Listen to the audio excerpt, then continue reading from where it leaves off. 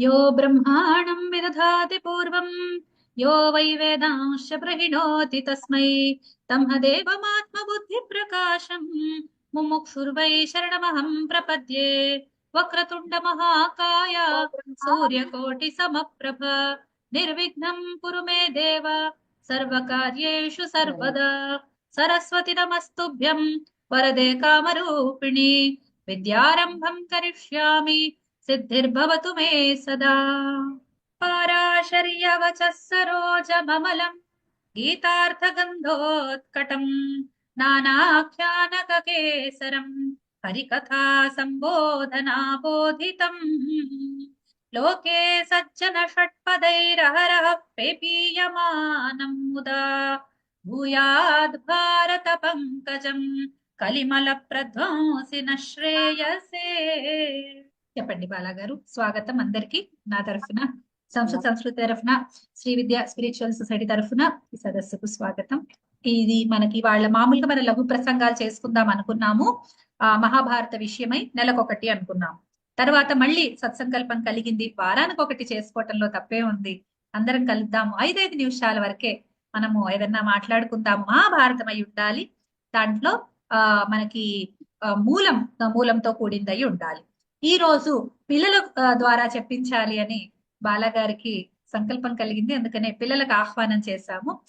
మొట్టమొదటి ప్రసంగము మన కృష్ణ ప్రభాకర కార్తికేయుడు చేయబోతున్నాడు. ఈ బాబుని మనం ముందు కూడా చూసి ఉన్నాం. పెద్దల ప్రసంగంలో కూడా బాబు చెప్పి ఉన్నాడు. ఉత్తముడి కథ చెప్పాడు ఆ రోజు. ఈ రోజు తన ప్రసంగాన్ని ప్రస్తుతిస్తున్నాడు. నాన్న మొదలు పెట్టు నాన్న. స్వాగతం. అందరికీ నమస్కారము. భీష్మ చరిత్రని చెప్పబోతున్నాను. భీష్మ చరిత్రని నేను భారతం నుంచి, దేవి భాగవతం నుంచి కూడా కొంచెం సంకలనం చేసి చెప్తాను. ముందుగా ధ్యాన శ్లోకాలు. భవ సంచిత పాపౌఘ విధ్వంసన విచక్షణం విఘ్నాంధకార భాస్వంతం విఘ్నరాజమహం భజే. గురుర్బ్రహ్మా గురుర్విష్ణుర్ గురుర్దేవో మహేశ్వరః గురుః సాక్షాత్ పరం బ్రహ్మ తస్మై శ్రీ గురవే నమః. శారదాంఘ్రియుగం నౌమి శారదేందు సమప్రభం యధ్యానాదేవ దేవానామగ్రగణ్యో గజాననః. సరస్వతి నమస్తుభ్యం వరదే కామరూపిణి విద్యారంభం కరిష్యామి సిద్ధిర్భవతు మే సదా. ఒకరోజు బ్రహ్మగారు ఒక సభని తయారు చేశారు. ఆ సభలో ఋషులు, ప్రజాపతులు మొదలైన వాళ్ళు అందరూ అక్కడ ఉన్నారు. అక్కడ చర్చ చేస్తున్నారు. దేని గురించి చర్చ చేస్తున్నారంటే, భూలోకం మీద దేవుడి మీద భక్తిని, భూమి మీద మానవులకి భక్తి వచ్చేలాగా చేయడం ఎలా, అలా వాళ్ళు భక్తి చూపిస్తే వాళ్ళకి కావాల్సిన కామములు అన్ని తీరతాయి అని చర్చ చేసుకుంటున్నారు. అప్పుడు ఒక విచిత్రమైన సంఘటన జరిగింది. దాంట్లోకి గంగాదేవి ప్రవేశించింది. అప్పుడు వాయువు వీచింది. ఇది అనుకోకుండా జరిగింది కాదు. అక్కడ వెనకాల పరాశక్తి చాలా దూరం ఆలోచించి పనులు చేయిస్తుందిలా. ఈ వాయువు వీచి గంగాదేవి తొలగింది. బ్రహ్మగారి సభలో ఉన్నారు కాబట్టి అందరూ తలలు ఉంచుకుని కూర్చున్నారు. కానీ ఒక రాజర్షి, ఆయన పేరు మహాభిషుడు, ఇక్ష్వాకు వంశ ప్రభవో రాజాసీత్ పృథివీపతి మహాభిష ఇతి ఖ్యాతః సత్యవాక్ సత్య విక్రమః. ఆ మహాభిషుడు అన్న ఆయన మాత్రం గంగాదేవిని తదేక దృష్టితో చూస్తున్నాడు.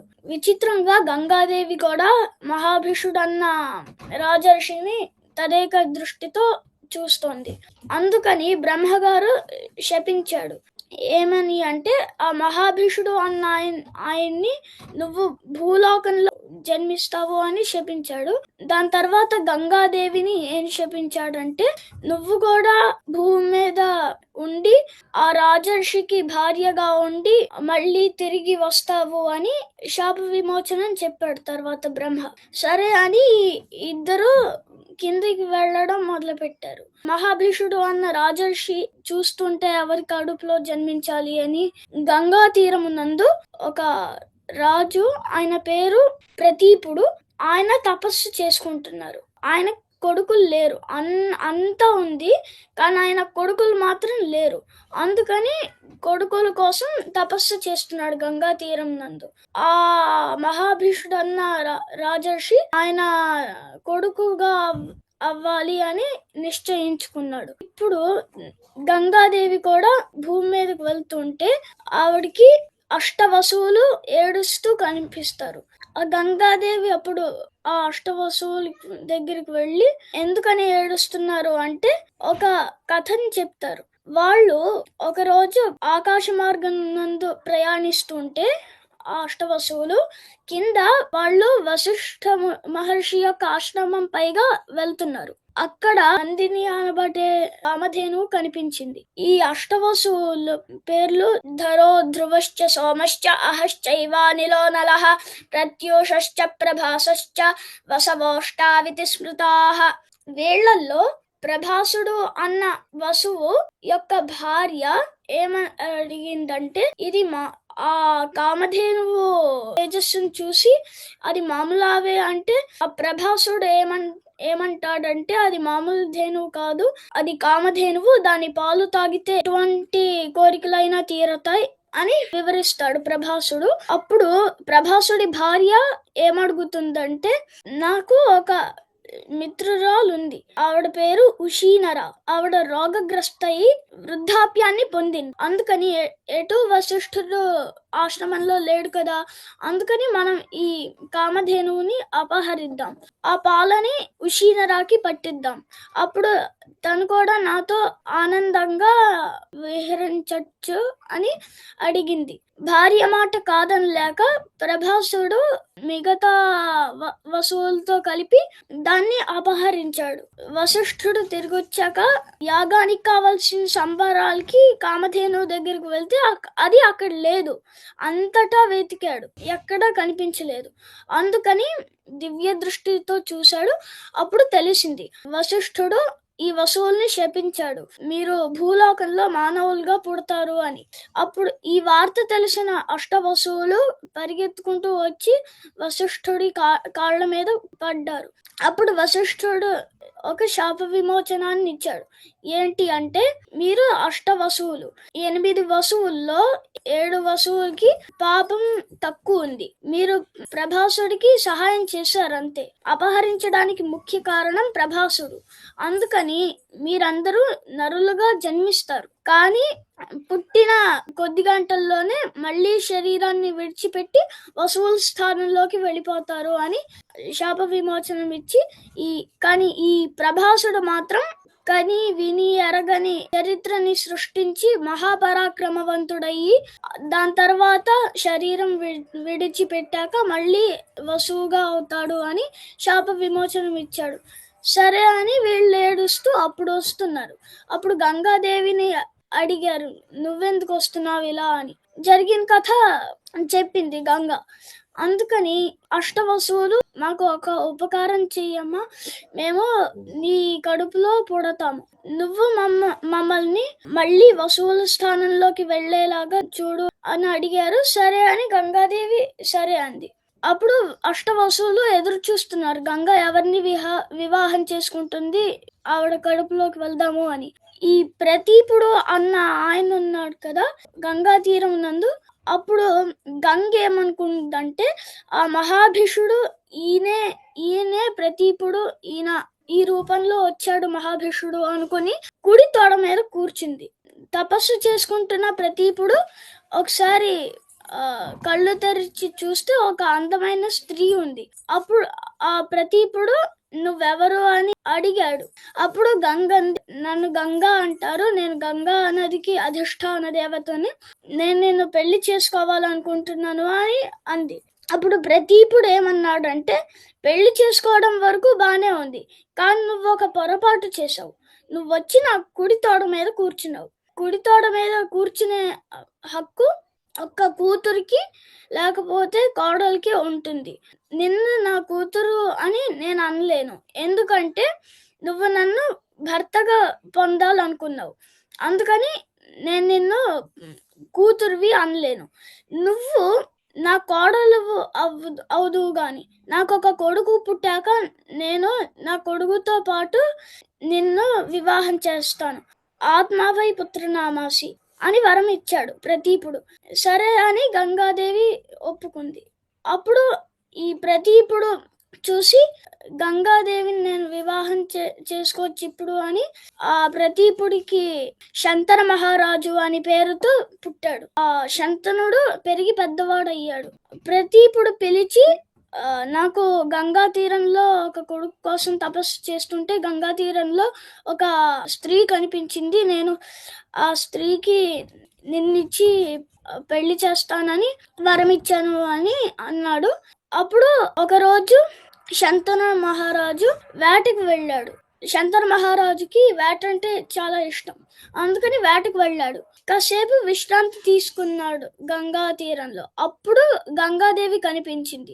గంగాదేవి కనిపిస్తే శంతనుడు గంగాదేవి వివాహం చేసుకున్నారు. కానీ దాని ముందు శంతనుడు అడుగుతాడు, నువ్వు నన్ను పెళ్లి చేసుకుంటావా అని. అప్పుడు గంగ ఏమంటుందంటే, నేను చేసుకుంటాను, కానీ ఒక షరతు. ఏంటా షరతు అని శంతనుడు అడిగాడు. నేను ఏం చేసినా అది శుభమైనా అశుభమైనా నువ్వు దానికి అడ్డు రాకూడదు. దానికి సమ్మతమైతేనే నేను నీ భార్యగా అవుతాను అని అంది. సరే అని వరం ఇచ్చాడు శంతనుడు. వాళ్ళిద్దరూ పెళ్లి చేసుకున్నారు. అష్టవసువుల్లో మొట్టమొదటి వాడు జన్మించాడు. వెంటనే గంగాదేవి తీసుకువెళ్ళి గంగలో విడిచిపెట్టేసింది. శంతనుడు అడ్డు రాలేదు, ఎందుకంటే వరం ఇచ్చాడు కదా, అందుకని అడ్డు రాలేదు.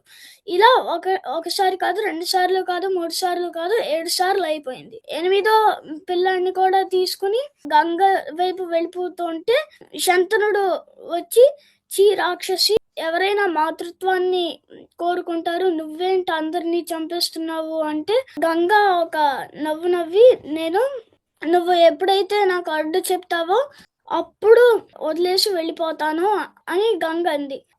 శంతనుడు ఏమన్నాడంటే, సరే నువ్వు వెళ్ళిపోతే వెళ్ళిపో, నాకు నా కొడుకునిచ్చి అంటే గంగ చెప్తుంది, పిచ్చి మహారాజా, నేను పిల్లల్ని చంపేలేదు, అష్టవసువుల్లో 7గురికి మళ్ళీ ఆ స్థానాన్ని ఇప్పించాను అని.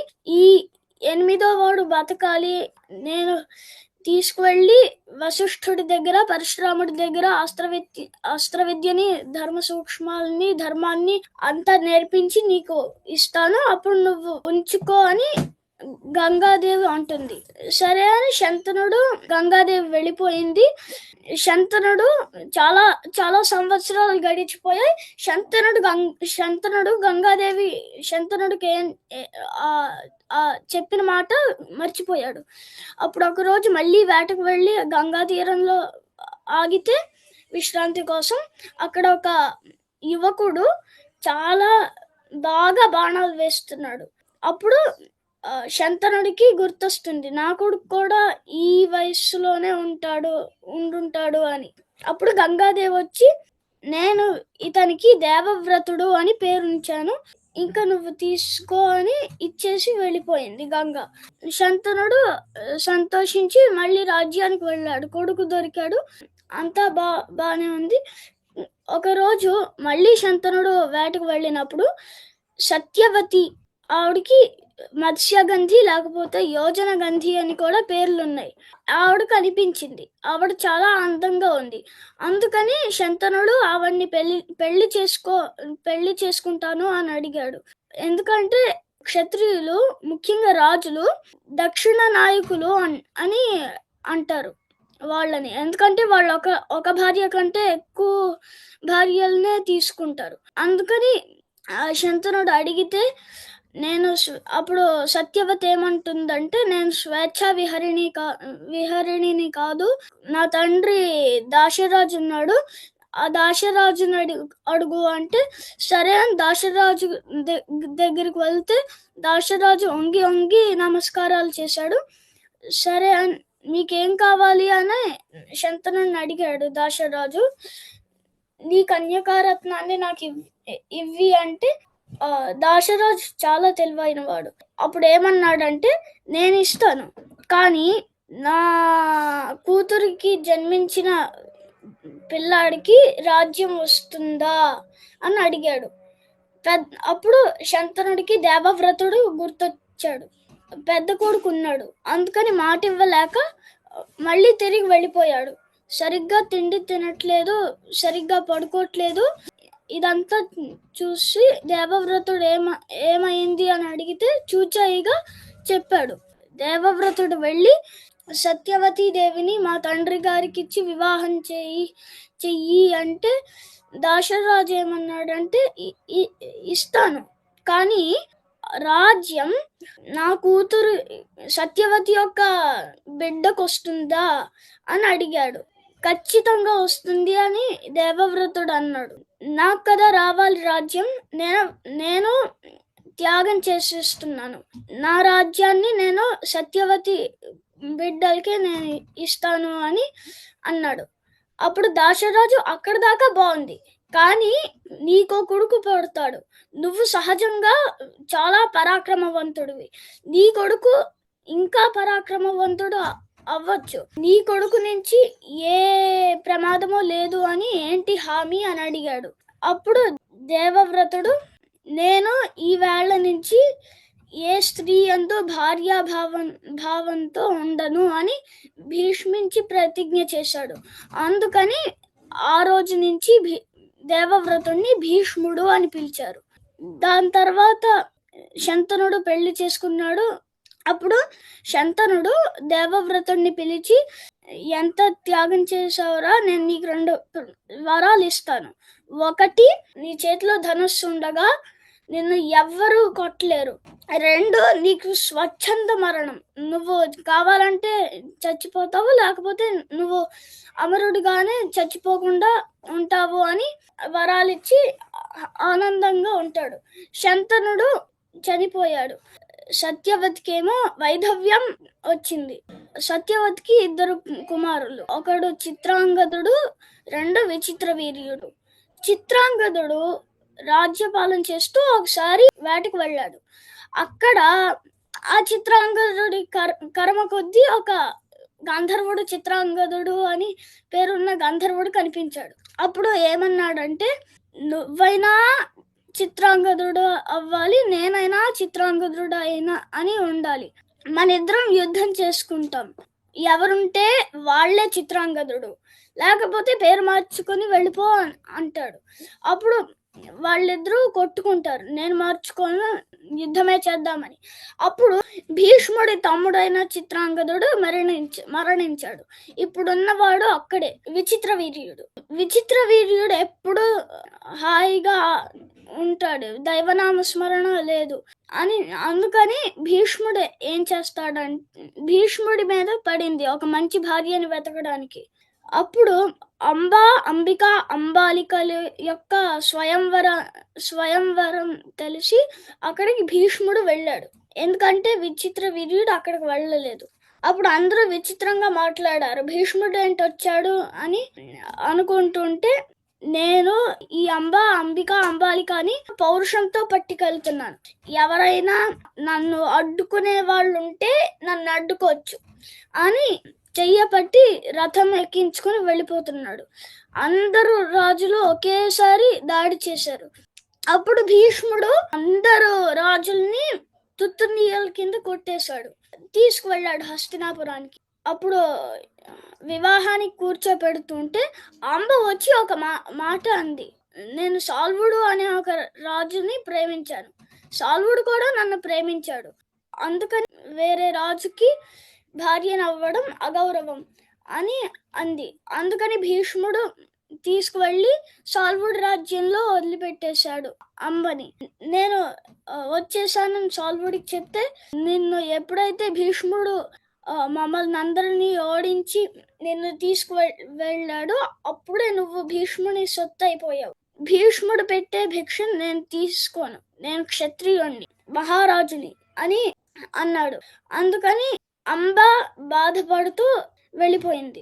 అప్పుడు పరశురాముణ్ణి అడిగింది, గురువు చెప్తేనైనా వింటాడేమో అని భీష్ముడి దగ్గరికి పరశురాముణ్ణి పంపించారు. పరశురాముడు వచ్చాడు అని కబురు వచ్చిన వెంటనే భీష్ముడు వస్తూ ఉంటే ఒక ఆవుని తెస్తున్నాడు, గురువు గారు కాబట్టి. మీరు రావడమే అదృష్టము, రాజ్యంలోకి ప్రవేశించండి అంటే, నేను నీ రాజ్యంలోకి రావడానికి రాలేదు, ఈ అంబని నువ్వు గెలుచుకున్నావు, అందుకని నువ్వు తీసుకో అని అంటాడు. అప్పుడు ఆ ప్రతిజ్ఞ వల్ల నేను తీసుకోను అని అన్నాడు. పోనీ నువ్వు ఎవరి కోసం ఏ తమ్ముడికైతే తెచ్చావో ఆ తమ్ముడికి ఇచ్చి వివాహం చేయమంటే భీష్ముడు వెళ్ళి అడిగితే విచిత్ర వీర్యుడు ఏమన్నాడంటే, వేరే రాజుని ప్రేమించిన స్త్రీని నేనెందుకు వివాహం చేసుకోవాలి అని వద్దన్నాడు. చాలా పౌరుషంతో అన్నాడు. అందుకని పరశురాముడు కోపం వచ్చి వివాహం చేసుకుంటావా, నాతో యుద్ధం చేస్తావా అన్నాడు భీష్ముడితో. ధర్మం కోసం నేను ప్రాణాలు విడిచిపెట్టేస్తాను అని, కురుక్షేత్రంలోకి రండి, అప్పుడు అక్కడ యుద్ధం చేసుకుందామంటే సరే అని ఇద్దరు అక్కడికి చేరుకున్నారు. ఇద్దరు ఒకరినొకళ్ళు తుత్తునీయల కింద కొట్టేసుకుంటే ఒక రోజు రాత్రి భీష్ముడి కలలో వసూలుగా మారిపోయిన 7 కలలో కనిపించి భీష్ముడికి ఒక అస్త్రం ఉంది. అది విశ్వకర్మ మంత్రంతో ఉంది.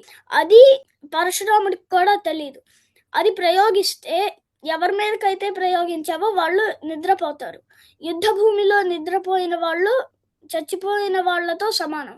అందుకని నువ్వు రేపటి రోజున అది ప్రయోగించు అని వసూలు అంటారు. సరే అని మరుసటి రోజు భీష్ముడు అస్త్రం యొక్క మంత్రాన్ని చెప్తుంటే నారదాది మునులందరూ వచ్చి, తప్పు, నువ్వు అలా చేయకూడదు, అది మహాపాపం, గురువుని అలా చేయడం, గురువుని చంపడం మహాపాపం, పైగా బ్రహ్మహత్యా పాతకం చుట్టుకుంటుంది అని అంటారు. అప్పుడు భీష్ముడు ఉపసంహారం చేసేసాడు ఆ మంత్రాన్ని. అప్పుడు పరశురాముడి దగ్గరికి జమదగ్ని వీళ్ళందరూ వచ్చి, నీ శిష్యుడి మీదకి ఇంత బాణ ప్రయోగం చేస్తున్నావేంటి, భీష్ముడు ధర్మం కోసమే ఇలా అంటున్నాడు అని అంటే పరశురాముడు శాంతించాడు. అప్పుడు 9వ రోజు అనుకుంటా వాళ్ళిద్దరూ 22 రోజులు కొట్టుకున్నారు. 9వ రోజు భీష్ముడు కొట్టిన అస్త్రాలకి పరశురాముడు మోకాళ్ళ మీద దొర్లి రథం మీద నుంచి కింద పడిపోయాడు. అందుకని పరశురాముడు ఓటమిని అంగీకరించాడు. అప్పుడు అమ్మ దగ్గరికి వెళ్ళి, నేను నిన్ను ఇంకా కాపాడలేను అని వెళ్ళిపోయాడు. అప్పుడు అంబ ఏమందంటే, ఈ భీష్ముడిని ఎవ్వరూ ఓడించలేరు, నాకు వివాహం అవ్వదు, అందుకని నేను ఒక ప్రతీకారం తీర్చుకుంటాను, భీష్ముడిని చంపుతాను అని, ఇదే నా ప్రతిజ్ఞ ఈ రోజు నుంచి అని అంబ వెళ్ళి తపస్సు చేసింది. ముందు స్కందుడు ప్రత్యక్షమయ్యాడు. స్కందుడిని భీష్ముడిని చంపాలి అని అడిగింది. అప్పుడు స్కందుడు ఏమన్నాడంటే, భీష్ముడిని చంపడం అసాధ్యం, అందుకని నేను నీకు ఒక పుష్పమాలని ఇస్తాను, ఆ పుష్పమాలని వేసుకుని యుద్ధం చేసిన వాళ్ళు భీష్ముడితో గెలుస్తారు అని ఇచ్చాడు స్కందుడు. ఆ మాలను వేసుకుని భీష్ముడితో యుద్ధం చేయమని ఎంతో మంది రాజులను అడిగింది. ఎవ్వరూ ఒప్పుకోలేదు, అంత ధర్మాత్ముడిని ఎందుకు చంపాలి అని. అప్పుడు అంబ ద్రుపదుడి రాజ్యం ఎదురుకుండా వేసి మళ్ళీ తపస్సు చేసింది రుద్రుడు ప్రత్యక్షమయ్యాడు. అప్పుడు రుద్రుణ్ణి భీష్ముడిని చంపాలి అని అడిగింది. అప్పుడు రుద్రుడు ఏమన్నాడంటే, ఈ కోరిక ఈ జన్మలో తీరదు, వచ్చే జన్మలో తీరుతుంది అని అంటాడు రుద్రుడు. అప్పుడు శరీరాన్ని విడిచిపెట్టేస్తే మళ్ళీ ఆడదానిగానే పుట్టింది. అందుకని కార్తికేయ చక్కగా చెప్తున్నావురా నాన్న, అట్లాగే వింటూ ఉండాలనిపిస్తోంది. కానీ మనకు సమయము లఘు ప్రసంగాలు అనుకున్నాం కదా, మనం మళ్ళీ వచ్చేసారి విందాం నీ ప్రసంగం. ఇక్కడ నుండి మిగతా కథ మనం వచ్చేసారి. చక్కగా చెప్తున్నావు నాన్న, నిన్ను ఆపాలని లేదు, మిగతా పిల్లలు కూడా మరి ఎదురు చూస్తున్నారు కదా, అందుకని మనము చిన్న ప్రసంగాలు తీసుకొని చెప్తాం. భీష్మ చరిత్రం అంటే ఇంత పెద్ద, నేను అదే చూస్తున్నా, భీష్మ చరిత్రం అంటే బాబు 15 నిమిషాల్లో ఎట్లా చెప్తాడా అని చూస్తున్నాను. అది ఒకటి, అసలు శ్లోకాలతో సహా చెప్తున్నాడు. అదే అదే అదే శ్లోకాలు ఇవి అసలు నాకు ఆశయం. అది బాబుకి అరగంట చాలదండి, ఆ బాబు కోసం ఒక ప్రసంగం 2-3 అన్ని చేయాలి, వాల్యూమ్స్ చేయాలన్నమాట. పార్ట్ 1, పార్ట్ 2, పార్ట్ 3 అని. చాలా చక్కగా చెప్పాడండి బాబు, చాలా చక్కగా చెప్పాడు. భవిష్యత్తులో ప్రవచనాలు ఇస్తాడు. అదే ఏ ఇన్ని బాబు వివరాలు నాకు అస్సలు గుర్తుండవు. నేను పుస్తకంలో ఇది చెప్పలేను. అటువంటిది అనంతన్ తనే చెప్తున్నాడు. ఆయన ఈ అనుకున్నట్టే కథని ఇలా చెప్పేశారు. ఇలా చెప్పొచ్చు పిల్లలకి అని చెప్పేసి బాబుని చూసి నేర్చుకుంటున్నాం అండి. అవును కదా, ఇలా చెప్పొచ్చు కదా అని చెప్పేసి, అంటే కంటెంట్ ఇలా చెప్పొచ్చు కదా మన పిల్లలకి అని చక్కగా చెప్తున్నాడండి. వాళ్ళ నాన్నగారి ట్రైనింగ్ అండి చాలా, వాళ్ళు అంటే దీనికోసమే వాళ్ళు డెడికేట్ అయి ఉన్నారు. వాళ్ళ గురించి చాలా చెప్పవలసి ఉంది, కానీ నేను ఇప్పుడు సభాముఖంగా ఇవన్నీ మనము చేయకూడదు. కానీ బాబుకి దృష్టి దోషం తగలకుండా నేను అందుకే ఏమీ చెప్పట్లేదు నేను. కానీ చాలా వాళ్ళు వెనకాల వర్క్ చేస్తున్నారు. ఈ బాబు మాట్లాడగలుగుతున్నాడంటే వాళ్ళ అమ్మగారు నాన్నగారు ఇద్దరి, ముఖ్యంగా వాళ్ళ నాన్నగారి కాంట్రిబ్యూషన్ చాలా ఉంది దాంట్లో. అందువల్ల మనందరం కూడా నిజంగా అందుకనే ఈ సదస్సు ఏర్పాటు చేసింది, పిల్లల ద్వారా చెప్పించాలనే బాల గారి సంకల్పం కూడా అందుకే అన్నమాట. చెప్దాం నాన్న, నిన్ను పిలుస్తాము, మళ్ళీ చెప్దుగా, నువ్వేమి నువ్వు నిరాశ పడకు, అయ్యో మధ్యలో ఆపేశారు నువ్వేం అనుకోకర్లేదు, ఓకేనా, మళ్ళీ వద్దు గాని చేద్దు గాని. తప్పకుండా తప్పకుండా మళ్ళీ చెప్దు గాని. చాలా బాగా చెప్పావు. ధన్యవాదాలండి. ఆయుష్మాన్ భవ. కృష్ణ ప్రభాకర్ గారి నాన్నగారికి చాలా ధన్యవాదాలు. ఇంకా పిల్లవాడిని ఇంకా బాగా ఇలాగే తీర్చిదిద్దాలి. ఇవాళ కొంచెం అతనికి నిరుత్సాహం పడ్డాడు అనిపిస్తుంది. ఎందుకంటే మంచి ప్రవాహంగా వెళుతున్నప్పుడు అడ్డుకట్ట వేయవలసి వచ్చిందనమాట, మనకి సమయాభావ కారణంగా. ఈసారి ఇలాగే ఉషారాణి గారు చెప్పినట్టుగా లఘు ప్రసంగం కాకుండా ప్రత్యేకంగా గురు ప్రసంగం అని చెప్పని, బృహత్తర ప్రసంగం అని చెప్పి అలా చేసుకున్నప్పుడు ప్రత్యేకంగా 1 గంట కేటాయిద్దాం పిల్లాడికి. లఘు ప్రసంగాల్లో ఒక 5 నిమిషాలు 10 నిమిషాలు లేదంటే పావు గంట అలా చేసుకుంటూ వెళదాం తప్పకుండా. స్వస్తి ప్రజాభ్యః పరిపాలయంతాం న్యాయేన మార్గేణ మహిమహేషాః గోబ్రాహ్మణేభ్యः శుభమస్తు నిత్యం. లోకాః సమస్తాః సుఖినో భవంతు. సర్వే భవంతు సుఖినః. సర్వే సంతు నిరామయాః. సర్వే భద్రాణి పశ్యంతు. మా కశ్చిత్ దుఃఖభాగ్ భవేత్. ఓం శాంతి శాంతి శాంతి. సర్వం శ్రీ గురుచరణార్పణమస్తు. ఓం తత్సత్. నమస్తే అండి. నమస్కారం అండి. అమ్మా నమస్తే అమ్మా. నమస్తేనండి. బాబుది ఇది వీడియో పెడతారమ్మా దీనిలో లింక్ లో, ఇందాక చెప్పింది ఆ అది కంటిన్యూ చేయించి పెట్టగలరా అండి పూర్తిగా? ఏదండి? దీనిలో అది అంటే బాబు చెప్పింది ఆగటం జరిగింది కదా, పూర్తిగా అవ్వకుండా. భీష్మది అది పూర్తిగా చెప్పించి యాడ్ చేయడానికి అవుతుంది కదండి వీడియోలో? పూర్తిగా చెప్పించి విడిగానే పెడదాం వీడియో. అట్లాగేనండి. ఎందుకంటే మీరు ఏమవుతారండి? నేనేమోనండి, నా పేరు భవానీ పిన్నం, నేను గుడివాడండి. ఓకే ఓకే, ఏం చేద్దాం అదే అంటున్నా. ఈసారి ఇదే భీష్మ, లేదు అంటే ఒకసారి పూర్తిగా వీడియో విడిగా పెడదాం. అట్లాగేనండి. మళ్ళీ యాడ్ చేయడానికి అవదు, మళ్ళీ అతను చెప్పాల్సిందే పూర్తిగా. పాప వాణి గారి మనవరాలా అండి? బండారు వాణి గారి మనవరాలా? కాదు కాదు, మా మనవరాలండి. ఆ పాప రాలేదండి? రాలేదు రోజు రాలేదు. అంటే దీనిలో పెట్టారు కదా మీరు ఇవాళ? పెట్టాను, ఆవిడ మొన్న అన్నారు చేర్పిస్తానని చెప్పినని. మళ్ళీ ఇక్కడ ఉండరేమో కదండి వాళ్ళు. అదిగాక ఇప్పుడు ఎగ్జామ్స్ టైం కదా పిల్లలకి, అది ఒకటి కొంచెం మనకి ఇదైంది, నిరాశ అయింది. చాలా బాగా ఎంకరేజ్ చేసి వాళ్ళలో ఉన్న ఆ సృజనాత్మక శక్తిని బయటకు తీసుకొస్తున్నారండి. ఈ రోజుల్లో ఇంత నాలెడ్జ్డ్ పీపుల్ ఇలా పిల్లలు ఉన్నారు ఈ వయసులో అనేది చాలా, మీకు ఉషమ్మకి అభినందనలండి. ధన్యవాదాలండి. నమస్తే అండి. ఇది కూడా మీ పిల్లలు, మీ స్టూడెంట్స్ వీళ్ళు ఎవరైనా ఉంటే వాళ్ళకు కూడా ఇవాళ పెట్టానండి మా బాల కేంద్రంలో. ఇప్పుడు ఎంకరేజ్ చేస్తాను, ఇంకా ఈ రోజు చూసి పిల్లలది కదా అని వాళ్ళకి కూడా పెట్టాను. పిల్లలు నాకు 325 మంది పిల్లలు ఉన్నారండి నాకు గుడివాడలో సంస్కృతం నేర్చుకునే పిల్లలు. 100 మంది వరకే నాకు 100 లోపు ఫోన్ నంబర్స్ ఉన్నాయి, మిగతా వాళ్ళవి లేవు, అందువల్ల వాళ్ళకి వెళ్ళలేదు. తప్పకుండా నేను ఇది అనౌన్స్ చేస్తాను. ఇది మొదటి ఆదివారం అయింది కాబట్టి అదే నెక్స్ట్ మళ్ళీ మొదటి ఆదివారం అంటే మార్చి కదా, ఏప్రిల్లో మొదటి ఆదివారం ఏమో మళ్ళీ పెద్దవాడిది పెట్టుకుని తర్వాత పిల్లలది పెట్టుకుని అట్లాగే సరిపోతుంది. 2 నెలలకు ఒకసారి కింద అవుతుంది అనమాట. అట్లాగే ఈలోగా పిల్లలు ఎవరెవరు చెప్తారో ఏమిటనేది కొంచెం వాళ్ళకి టైం ఇస్తే కనుక వాళ్ళు బాగా ప్రిపేర్ అవడానికి కూడా అవకాశం ఉంటుంది. అవునండి, ఇలా ఎంకరేజ్ చేస్తే ఆదివారం సెలవే కాబట్టి దీనిలో పాల్గొనే చేస్తే ఇక్కడ కూడా అవేర్నెస్ వస్తుందండి వాళ్ళకి. అంతే అనుకున్నాను ఈ రోజు మీది చూసి. ఏపీఎన్టీఎస్ గ్రూప్ లో పెట్టారు కదా లింక్, అక్కడ చూసి నేను ఫార్వర్డ్ చేశాను పిల్లలకి. తప్పకుండా ఆ, పిల్లల్ని కూడా జాయిన్ చేస్తే ఇప్పుడు ఆదివారం కదా అవునండి లేటుగా అవునండి లేవాలి అని ఒక నియమం పెట్టేసుకున్నారు పిల్లలు ఇప్పుడు. అలా కాకుండా ఒక ఆదివారం దీనికి కేటాయిద్దాం అని చెప్పి పేరెంట్స్ కూడా వాళ్ళని ఎంకరేజ్ చేసి దీంట్లో జాయిన్ చేస్తే వాళ్ళు చూస్తారు కాబట్టి ఇంకా కొంచెం వాళ్ళకి ఉత్సాహం వస్తుంది చెప్పాలి. అవునండి ఇంప్లిమెంటేషన్ చేస్తే ఇలా మనకు ఈ చేసే సంతృప్తి అండి ఇది. అవును అవును. ధన్యవాదాలమ్మా. నమస్తే. నమస్తే. సరేనండి. అందరికీ ధన్యవాదాలు. ఉంటాను.